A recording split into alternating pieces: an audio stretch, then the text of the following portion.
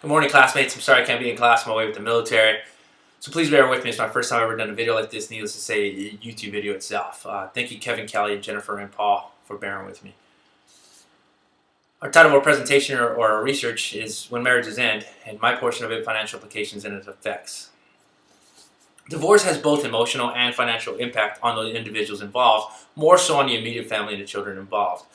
Although financial planning services are available to the public, most couples won't seek help and oftentimes take matters into their own hand. Therefore, 9 times out of 10, they can't make a decision on their own due to emotional differences. So, oftentimes the judge is left to make the decisions. Individual assets are divided according to whatever the judge might say or the law of the land. One option available to newlyweds is that of a prenup. However, I won't touch that in this presentation due to the fact that most couples won't go into a marriage with the notion that it will end someday. Even if a couple is able to reach an agreement as far as property goes, there are still several factors that they have to consider.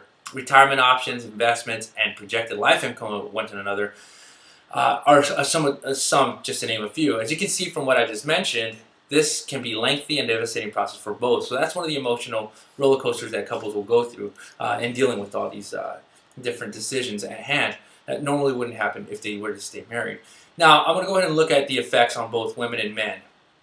According to Peterson, divorce is a zero-sum game that typically results in a greater negative financial impact on divorced women than on divorced men. With that being said, little is known about the factors that cause the different financial consequences between genders. Using data in order to base some kind of factual information on this, I looked at the census data from 1980 to 2010, and they examined factors including age, children, education, the presence of a significant other, and ultimately they went ahead and showed that these demographics significantly affected the relative income differential as divorcees by gender. Another research that I looked into was the Urban Research Program in New York City that was conducted, and I looked at this because I wanted to put it in numbers as far as what the difference between men and women are, or the impact. And they came out with 27% decline in income for women and a 10% increase for men. And that also goes for living standard, or standard of living for both men and women. Women's standard of living decreased by 27 to 33%, and males increased by 10%. These measures were not assuming that a woman had children. If the woman had children, then different financial advice would have been offered in court. I could not find statistics to support divorced women with children, so I'm just going to go ahead and continue with the single on it. In order not to get too into depth, lastly, I will cover the effects of children financially. Although studies have shown that when children are involved in their marriage financially, status for both men and women is lowered due to the fact that they do have more responsibility with children. So both within a marriage, whether the male makes more or the female makes more, they significantly make less.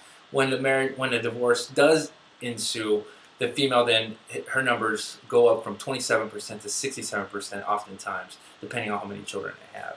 However, when a divorce occurs, children are then forced to readjust to the living conditions. So therefore, you can see the complications that children would have, as my classmate mentioned earlier. They'll have to themselves adjust to this new lifestyle. They won't have the same things that they had before when they were living in a dual income home or household. In closing, in order to avoid any effects, studies have shown that the higher level of vacation held increased the level of income for both males and females. So through different studies, they've actually showed that the higher level of education for both male and female, the chances are that whether they're divorced or married, they'll have higher income available to them. Divorce isn't always the best way out. However, if inevitable, seek financial advice. Thank you.